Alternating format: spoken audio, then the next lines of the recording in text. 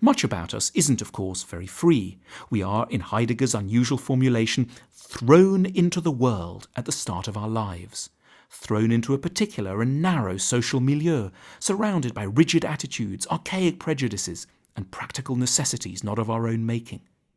The philosopher wants to help us to overcome this thrownness, Geworfenheit, as he put it in German, by understanding it. We need to grasp our psychological, social, and professional provincialism, and then rise above it to a more universal perspective. In so doing, we'll make the classic Heideggerian journey away from Uneigentlichkeit to Eigentlichkeit, from inauthenticity to authenticity. We will, in essence, start to live for ourselves. And yet, most of the time, for Heidegger, we fail dismally at this task. We merely surrender to a socialized, superficial mode of being he called they-self, as opposed to ourselves. We follow the chatter, das Gerede in German, which we hear about in the newspapers, on TV, and in the large cities that Heidegger hated to spend time in.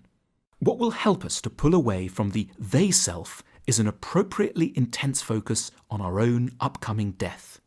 It's only when we realize that other people cannot save us from das Nichts that we're likely to stop living for them, to stop worrying so much about what others think, and to cease giving up the lion's share of our lives and energies to impress people who never really liked us in the first place.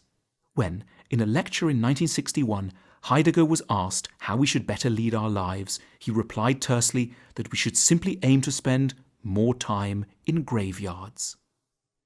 It would be lying to say that Heidegger's meaning and moral is ever very clear. Nevertheless, what he tells us is intermittently fascinating, wise, and surprisingly useful. Despite the extraordinary words and language, in a sense we know a lot of it already. We merely need reminding and emboldening to take it seriously, which the odd prose style may help us to do.